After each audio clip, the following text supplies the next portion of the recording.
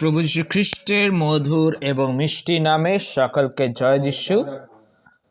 আজকের এই সুন্দর সকালের সময় আজকের যে ডিভোশন আছে আমরা দেখব, যেটা আমরা পাচ্ছি গীত সংহিতা তার 2 অধ্যায় আর 1 থেকে 5 পদ।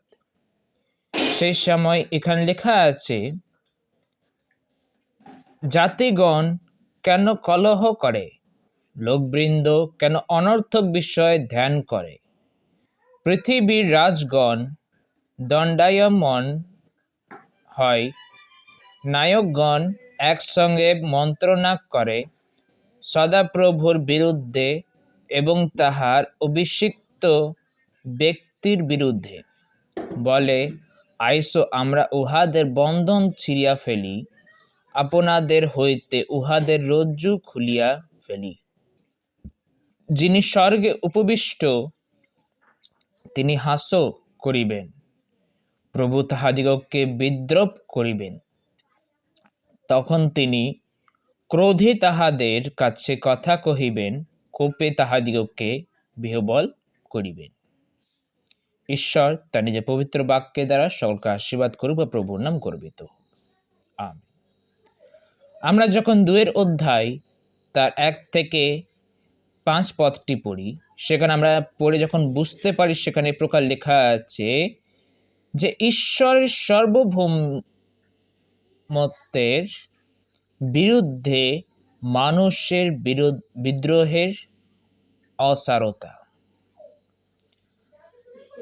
ঈশ্বর যে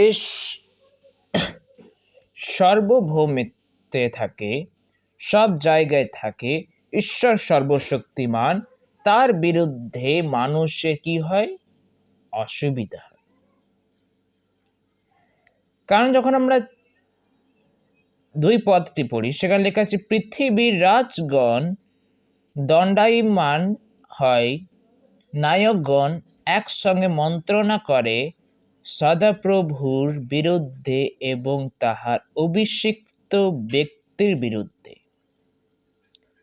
আমরা এখানে একটা শব্দ যেটা আমরা দেখতে পাই, 2টি শব্দ এখানে লেখা আছে, অভিষিক্ত ব্যক্তি, দ্য অ্যানয়েন্টেড ওয়ান।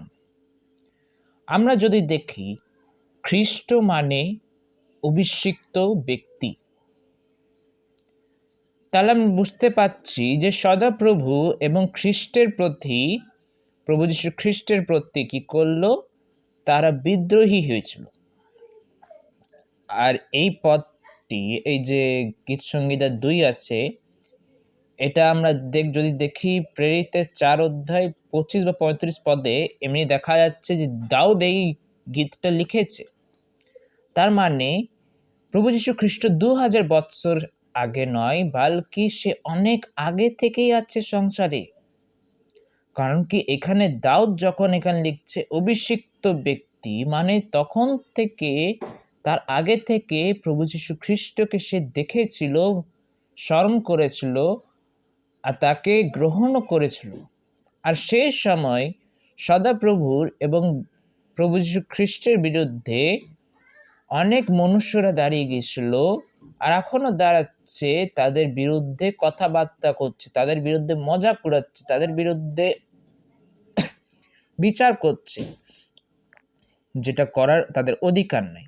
তাই বলে প্রভু তাদেরকে বলছে, প্রভু তাহাদিগকে বিদ্রূপ করিবে, তখন তিনি ক্রোধে তাহাদের কাছে কথা কহিবেন, কোপে তাহাদিগকে বিহ্বল করিবেন।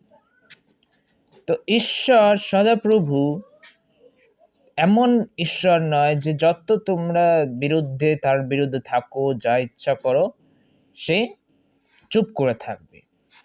সে এক না একদিন তার বিরোধীদেরকে শাস্তি দেবেন। তাই বলে আজকের এই সুন্দর সকালে যে ডিভোশন আছে, ঈশ্বর আমাদেরকে একটাই কথা বলতে চায়, যখন আমরা ঈশ্বরের সুসমাচার প্রচার করব, আর আমাদের বিরুদ্ধে যখন কেউ দাঁড়াবে, তখন আমাদেরকে তাদেরকে কিছু বলতে হবে না। কারণ কি, ঈশ্বর আছে, ঈশ্বর ব্যবস্থা করে দেবে। তাই বলে এই সুন্দর সকালে আসুন আমরা সদাপ্রভু এবং সে মহান ঈশ্বর প্রভু যীশু খ্রিস্ট এবং সদাপ্রভুর আরাধনা স্তুতি প্রশংসা করতে, তার সেবা করতে বেরোই। সকলকে জয় যিশু।